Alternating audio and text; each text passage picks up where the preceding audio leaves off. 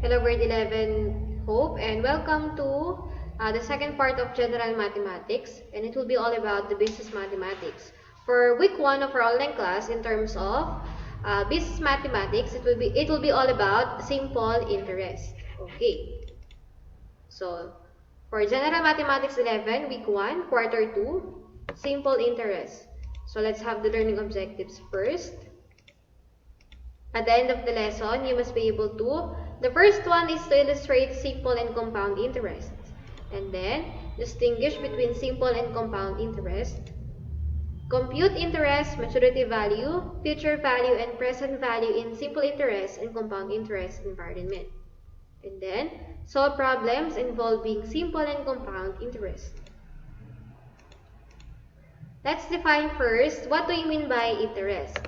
So, an interest, it is a fraction or a percentage being imputed to a sum of money. So, it is the payment for your borrowed money, or it is your payment because you borrowed someone's money.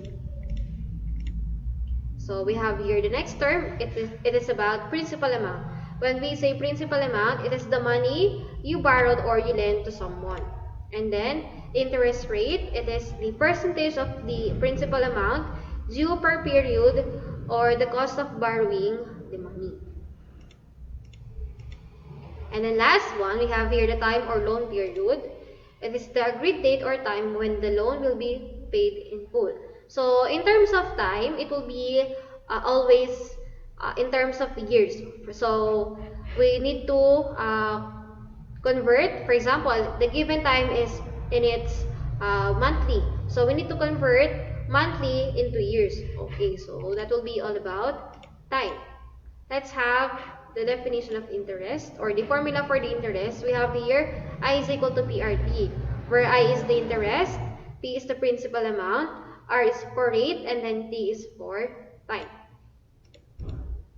Let's have example. So number 1, suppose you want to borrow money from a friend to buy a concert ticket of your favorite band. Since you prefer a front row seat, the cost of the concert ticket you need to buy is 10,000 pesos. Your friend agreed to lend you 10,000 payable in 12 months with an interest rate of 5% per annum supported by a promissory note. So the questions are, first one is, how much will be the interest that you have to pay to your friend, and how much is the total amount you need to pay your friend at the end of the 12-month period. Okay, so let's identify the given. So the principal amount is 10,000, and then the interest rate will be 5% per annum, and then you need to pay it within 12 months. Okay. So let's compute for the interest. So again, 10,000 is for the principal amount, 5% for the interest rate, and then 12 months for the time. So I have here the formula, which is I is equal to PRT. So all we need to do is to substitute. Okay, remember, when it comes to interest rate, we need to convert it into percentage to decimal places. So we just need to move from right side to left side with 2 decimal places. So from 5, it will be move once and then twice. So it will be 0.05 for the value of the rate. So 10,000, which is the principal amount, 0.05 for the rate, and then 12 months over 12 months per year. So okay. So as I have said a while ago, we need to convert the time in terms of years. So within a year, we have 12 months. Therefore, we need to use 12 months to get the value of the time in terms of years. Okay. And then, upon multiplying, so 12 divided by 12, it will be 1. So 10,000 times 0.05 times 1, the answer will be 500 pesos. So therefore, the interest that you need to pay your friend will be 500 pesos. And then, so after 12 months or 1 year, you need to pay a total of 10,500 pesos to your friend. Okay?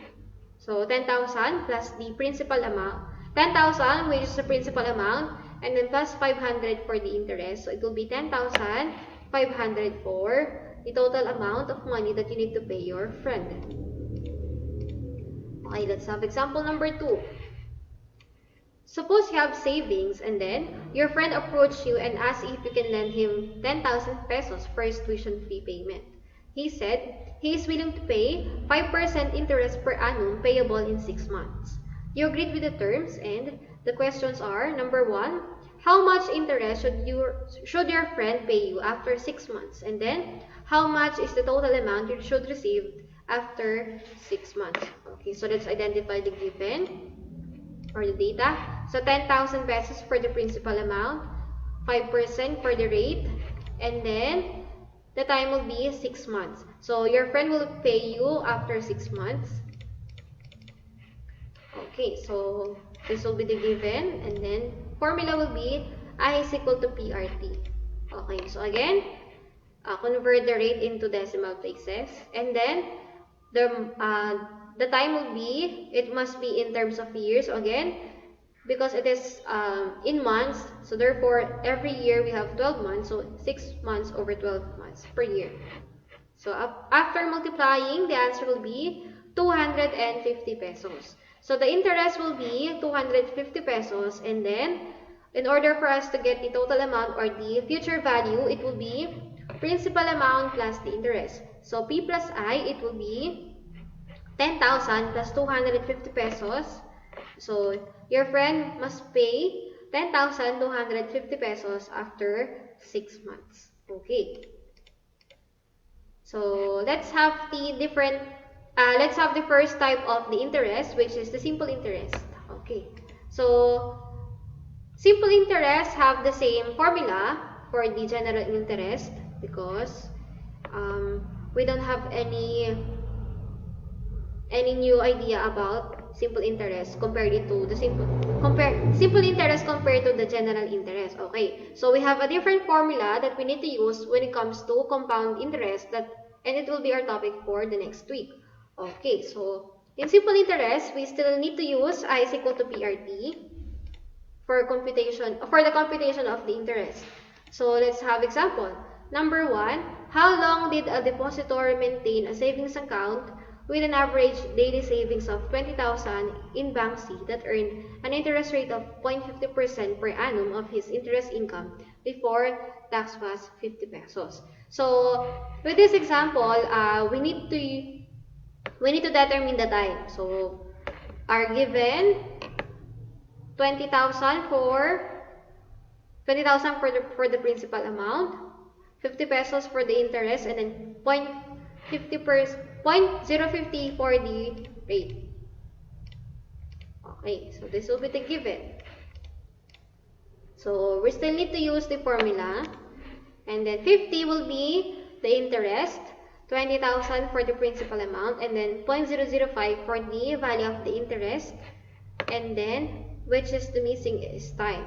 Okay, so after simplification, we have here 20,000 times 0.005, and then we will have T is equal to 50 over 100 after simplifying and then cross multiplication.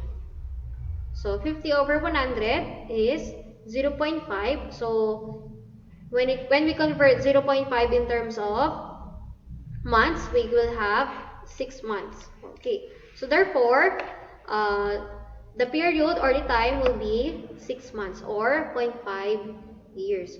Okay. So that will be all for this video of grade 11, and see you on my next video. It will be all about compound interest.